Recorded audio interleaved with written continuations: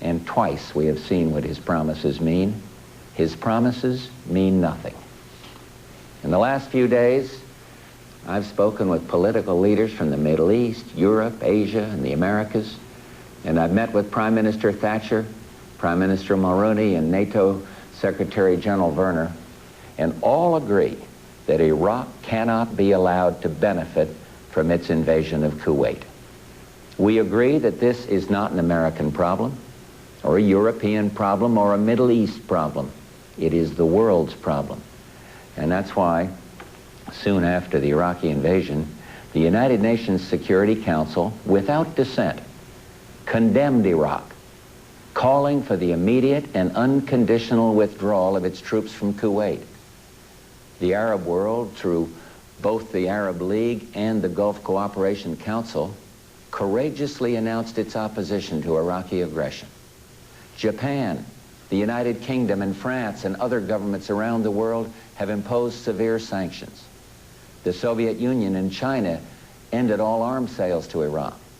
And this past Monday, the United Nations Security Council approved for the first time in 23 years mandatory sanctions under Chapter 7 of the United Nations Charter.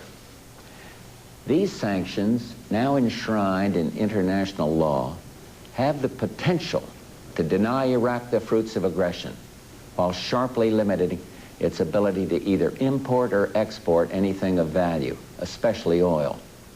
I pledge here today that the United States will do its part to see that these sanctions are effective and to induce Iraq to withdraw without delay from Kuwait. But we must recognize that Iraq may not stop using force to advance its ambitions. Iraq has massed an enormous war machine on the Saudi border, capable of initiating hostilities with little or no additional preparation. Given the Iraqi government's history of aggression against its own citizens, as well as its neighbors, to assume Iraq will not attack again would be unwise and unrealistic. And therefore, after consulting with King Fahd, I sent Secretary of Defense Dick Cheney to discuss cooperative measures we could take.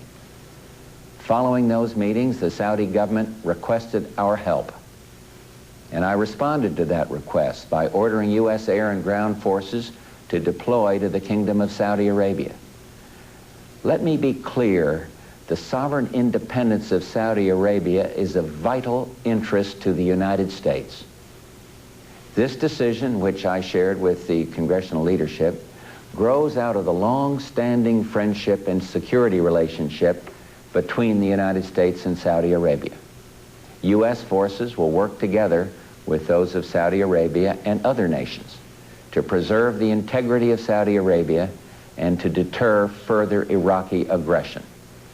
Through their presence, as well as through training and exercises, these multinational forces will enhance the overall capability of Saudi armed forces to defend the kingdom.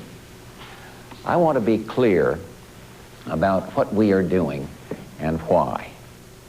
America does not seek conflict, nor do we seek to chart the destiny of other nations.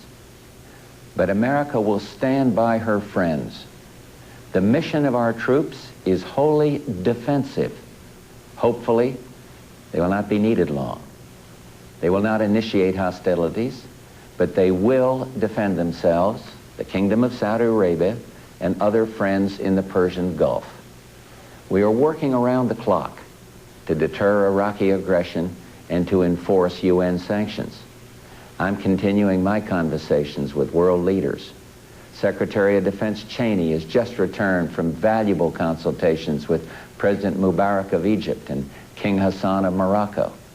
Secretary of State Baker has consulted with his counterparts in many nations, including the Soviet Union, and today he heads for Europe to consult with President Özal of Turkey, a staunch friend of the United States.